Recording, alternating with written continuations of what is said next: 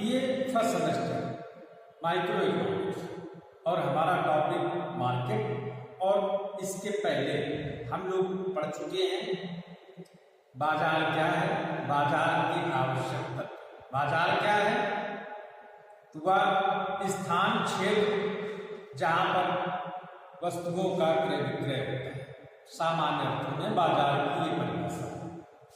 बाजार की आवश्यकता, तो बाजार कोई एक क्षेत्र या स्थान विशेष बाजार कब बन जाएगी, उसको हम बाजार कब कहेंगे।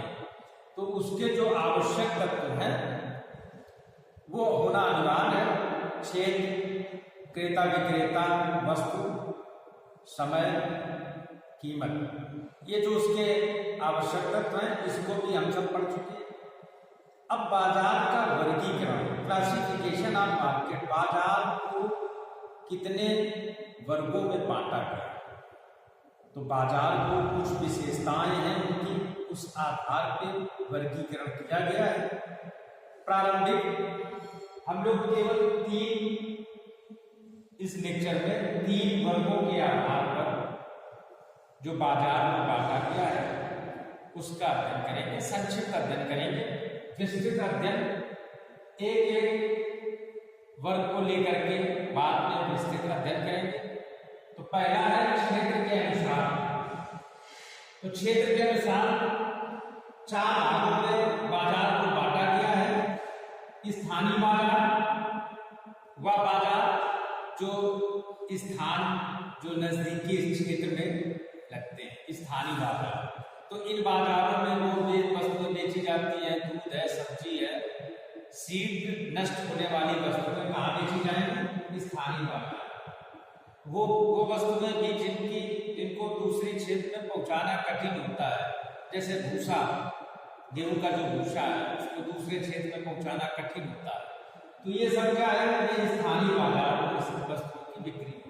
दूसरा क्या है? प्रांतीय बाजार। प्रांतीय बाजार एक जिले से क्षेत्र बड़ा हो गया, 2 जिलों में फैल गया। वो बाजार जहां पर वस्तुओं का कई जिलों में एक प्रांत में बिक्री होती है, तो वो प्रांतीय बाजार कहते हैं। जैसे गेहूं का बाजार प्रांतीय बाजार होता है, गेहूं पूरे प्रांत में बेचा जा सकता है। राष्ट्रीय बाजार, जब बाजार की सीमा पूरे देश में फैल जाती है तो वो कैसे बाजार हो जाते हैं? राष्ट्रीय बाजार हो जाते हैं। जैसे फिरोजाबाद की चूड़ियां, बनारस की साड़ियां, ये क्या है? प्रांतीय, इसका जो है पूरे राष्ट्रीय स्तर पे बाजार में जाएगा। तो जो वस्तुएं जो पूरे एक देश में बेची जाती है वो राष्ट्रीय बाजार। अंतरराष्ट्रीय बाजार, वे वस्तुएं या वो पूरा क्षेत्र, बाजार का वो पूरा क्षेत्र जिसमें सीमाएं बढ़ जाती हैं देश की सीमा के बाहर। अब इसमें अंतरराष्ट्रीय बाजार में आयात और निर्यात सब कुछ हो जाता है।